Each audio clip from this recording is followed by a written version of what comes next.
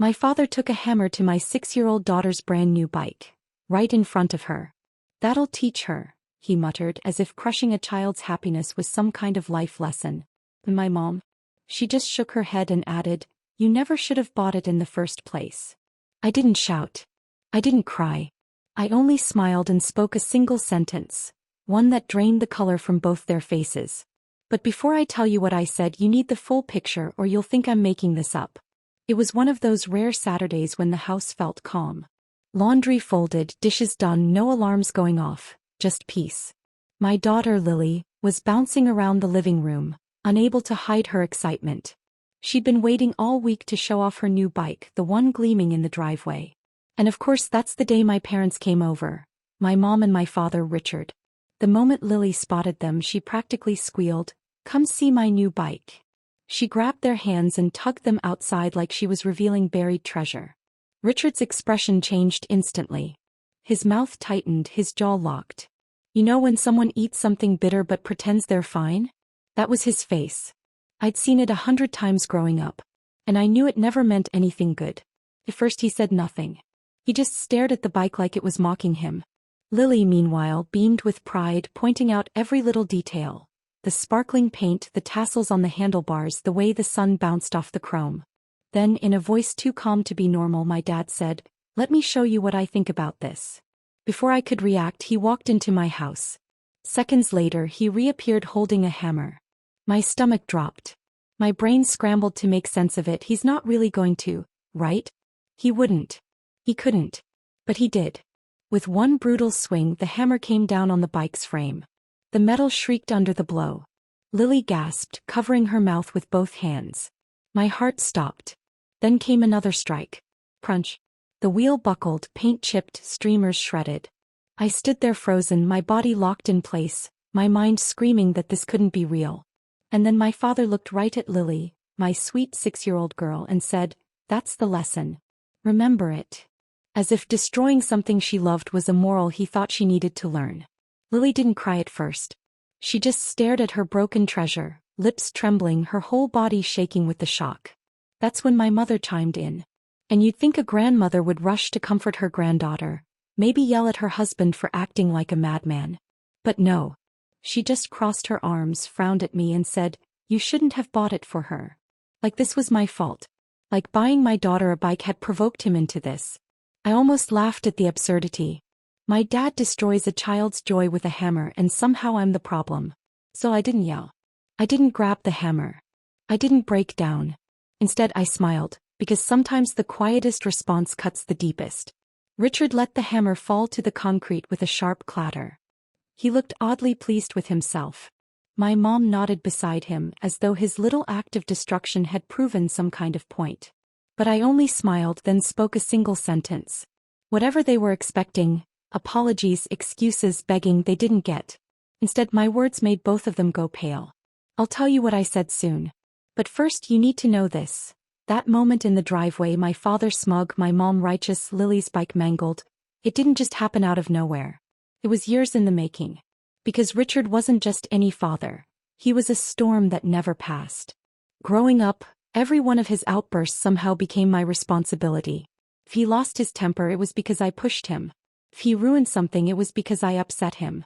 My mother's favorite phrase? "Don't make your father angry." As if his temper was my fault for existing. One memory still sticks with me. I must have been 10 when I saved up to buy him a tie for Father's Day. It wasn't expensive, but it was the best I could afford. He opened it, sneered, and tossed it aside without a word because it wasn't his favorite color. My mom didn't correct him. Instead, she turned to me and said, "You know he doesn't like that color. Why would you buy it?" That was my childhood in a nutshell. He wrecked things. I got blamed. Fast forward a couple of decades. I studied law, worked long nights, and built a career. It paid off. I was doing better than anyone else in my family. Which meant, of course, I was expected to help. And I did. Bills, groceries, medication. But here's the thing. With people who resent you, whatever you give is never enough. Say yes, you're doing the bare minimum. Say no, and suddenly you're selfish, arrogant, showing off. In their eyes, if I wasn't paying for everything, I was the villain. So when I tell you the bike smashing didn't come out of nowhere, believe me, it was just the latest in a long line of punishments. It all really started a few weeks earlier when Lily and her cousin Emma, Richard's daughter, only a year younger than Lily, were playing outside. Emma had been riding her old bike when something gave out. A piece snapped. I didn't see it, but I heard her wailing. Lily, bless her, bent down beside her, insisting she could fix it. Lily is only 6, so when Emma's bike gave out, her version of fixing it was poking at the chain and saying, "I can fix it." But the truth was obvious. The bike was done for. The moment my dad, Richard, saw the broken bike, he didn't hesitate. He jabbed a finger toward Lily and barked, "She broke it." You'd think Lily had taken a crowbar to it the way he reacted. And right on cue, my mom backed him up. "You need to take responsibility, Claire. Lily has to learn that actions have consequences." I didn't argue. Sometimes you don't waste energy fighting in the moment. You wait until you've got the proof. So I told them we'd take the bike home and let David, my husband, look at it. That night, David wheeled the bike into the garage. He's steady, patient, the kind of man who fixes problems slowly and thoroughly. He flipped the frame over, checked the chain, the pedals, every joint. After 10 minutes, he looked at me and said, "This wasn't Lily. Look here, it's a defect. It could have failed on anyone." He was right. The bike wasn't just broken, it was unsafe.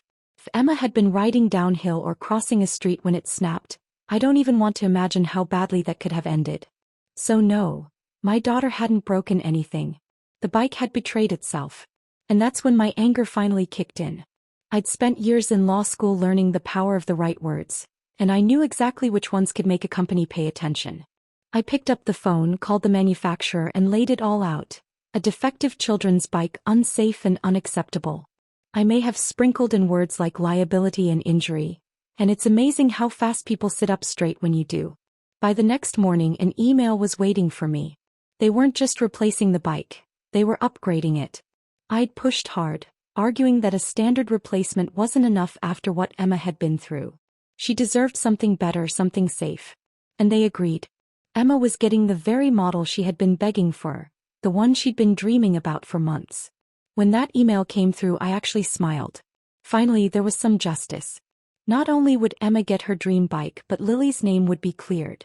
The whole "she broke it" story would collapse the second they saw the truth. I kept it to myself. I wanted it to be a surprise.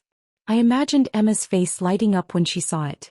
I imagined, for just a moment, Richard realizing that his daughter had something wonderful thanks to me, not in spite of me. And I even thought foolishly that maybe this would soften things between us. But as I found out in the driveway later, some people don't want wounds healed, they want them open. In Richard's mind, I hadn't gotten a replacement for Emma. I had bought Lily a new bike while his child had none. To him, Emma's old bike broke because of Lily, and then I swooped in and bought the exact model Emma had been wishing for, just so my daughter could ride it in front of her cousin. He twisted generosity into humiliation. Cruelty disguised with tassels and glitter. That was the story he told himself as he raised the hammer. When the bike lay mangled on the pavement, I let the silence stretch until it felt like even the birds had gone quiet. The metal pinged softly as it settled. My mother's mouth pressed into a tight line, as though discipline had just been handed down and dessert was next. But I wasn't serving dessert. "I'm going to say this once," I told them, my voice steady even to my own surprise. "That bike wasn't for Lily." 2 beats of silence. Their eyes darted, trying to catch the trick. "It was for Emma." Richard flinched first. "No, it wasn't," he snapped instantly, too fast, like the words had jumped out without permission. "It was," I said calmly. "I fought the manufacturer over that defect. I got the upgrade, the one Emma's been talking about for months." My mom clicked her tongue the same way she always did before a lecture. "Claire, don't be dramatic." I looked down at the twisted frame. "I'm not the one who brought a hammer to a child's bike." Richard's face flushed red. "You're lying.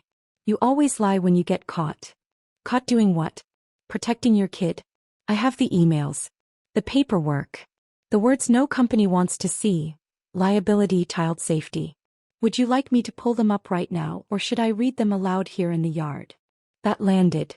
I saw it register. The recoil, the dawning panic as the story he'd told himself began to unravel. His eyes flickered from the ruined bike to Lily, then back to me.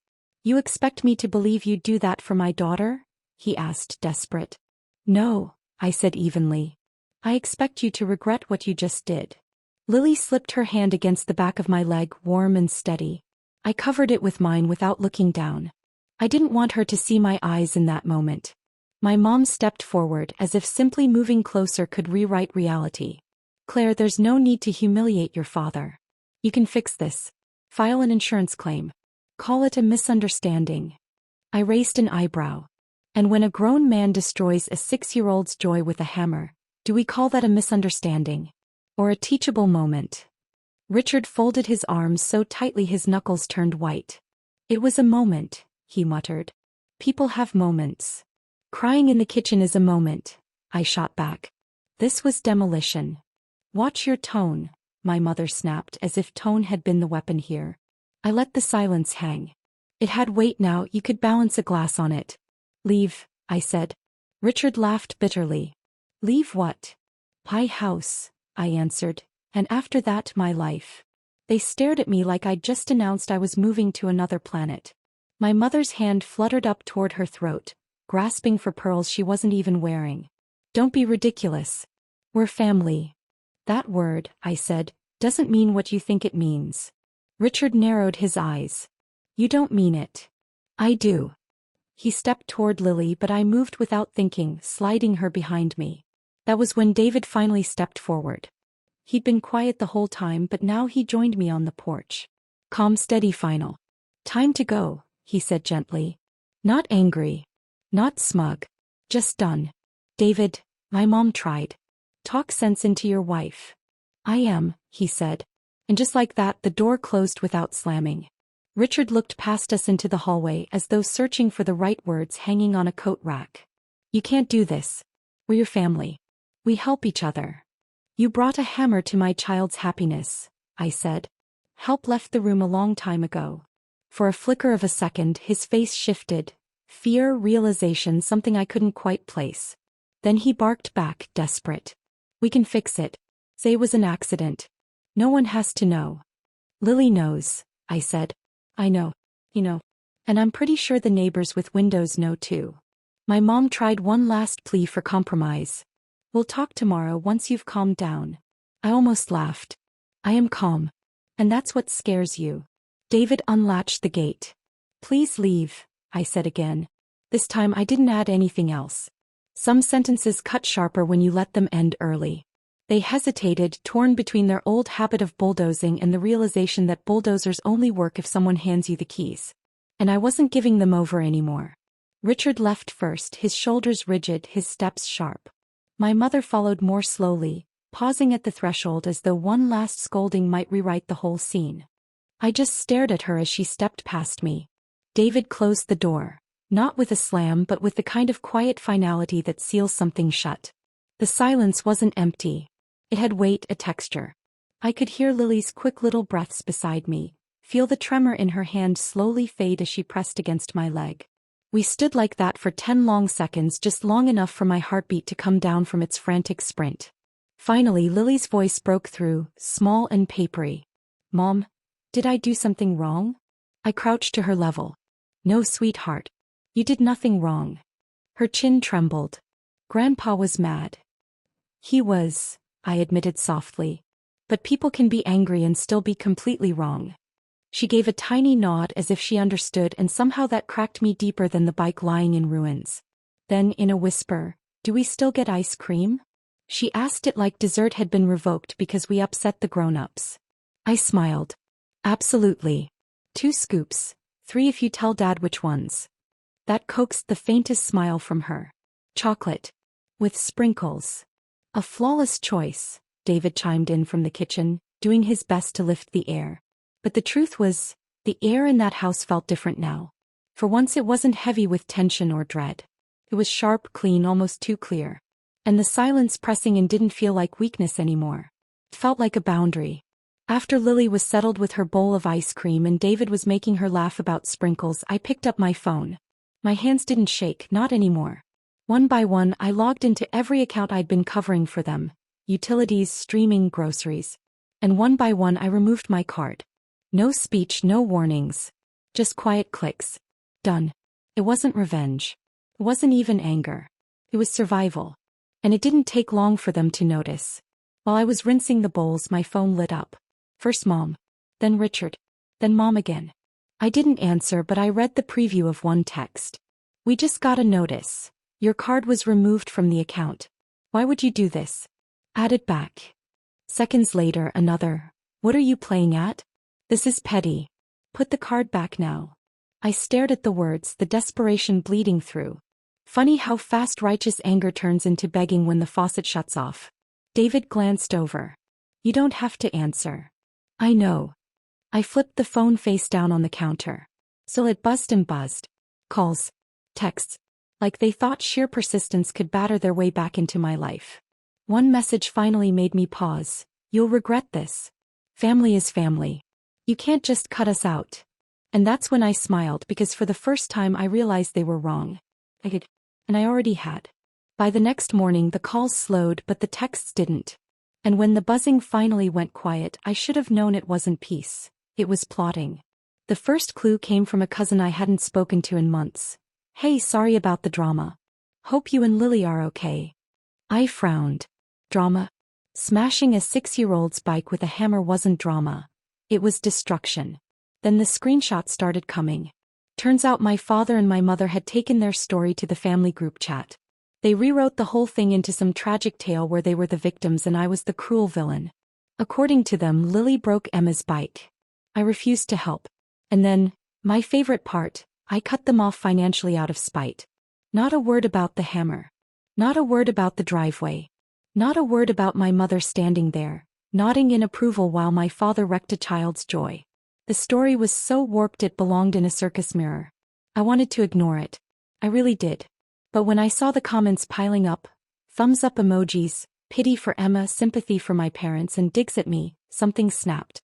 Because here's the thing, I can take being called cold. I can take being labeled difficult. But watching my daughter get painted as a spoiled brat who got rewarded for breaking another child's bike? No. That I couldn't let slide. So I didn't. I opened the security app. The one connected to the cameras we'd installed on the porch to catch package thieves. Turns out sometimes they catch family meltdowns too. And there it was in crystal clarity. Richard walking out with the hammer. Lily's little gasp. The sound of metal crumpling. My mother's voice in the background blaming me. The entire ugly performance. I downloaded the clip, unedited, and dropped it into the family group chat. No speech. No rant. Just the video in one line. For the record, that bike was meant for Emma. Richard destroyed it himself. This is why she doesn't have one now. Then I put the phone down. It didn't take long. The chat detonated like a grenade in a tin can. Aunts gasping in all caps. Cousins firing off WTFs like they'd just discovered a new keyboard shortcut. People who had quietly bought into the rewritten version suddenly had to stare the truth right in the face. And the truth, plain as day, was a man in sweatpants holding a hammer. I should have felt vindicated. Instead I felt exhausted. Because here's the ugly truth. Once you put the facts out there, people don't thank you for it. They just pick sides louder. My mother called within the hour. I almost didn't answer, but curiosity got the better of me. Yes, maybe your father overreacted, she began. But how could you post that video? You've ruined his reputation. I bit back a laugh. He ruined himself, Mom. I just hit play.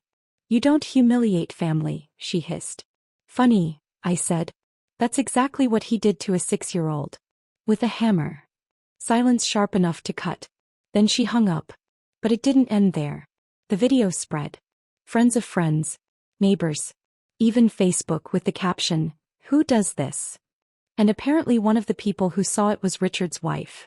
Now I won't pretend she and I ever got along. She always carried herself like the most exhausted woman alive. But even she couldn't watch that footage and shrug it off. She called me, actually called, which she never does. Is it real? She asked. Her voice was flat, but I could hear the cracks underneath. Yes. It's real. She let out a long, tired breath, like air leaking from a balloon that had been stretched too thin. Thank you, she said quietly and hung up. The next I heard, she'd filed for divorce and was seeking custody of Emma. And for the first time in a long time I felt relief. Someone else finally saw it. Someone else finally said, "This is not okay." The calls from my parents didn't stop, but the tone shifted. Less righteous fury, more desperate pleading. You didn't have to post it. You're tearing this family apart. Think of your niece. As if I hadn't been thinking of Emma this whole time. I stopped answering. That night I sat on the edge of Lily's bed watching her sleep. And I let myself feel something I hadn't in years. Not rage. Not bone-deep exhaustion. Just clarity. Because here's what they never understood. Family isn't a free pass. You don't get to smash, lie, demand and still expect unconditional loyalty. Family is supposed to mean protection, safety, love. And if it doesn't, then maybe family is just another word people use when they're afraid of consequences. In the end I drew the line. Maybe for some people that was too far. For others not nearly far enough. What do you think? Tell me in the comments. And don't forget to subscribe.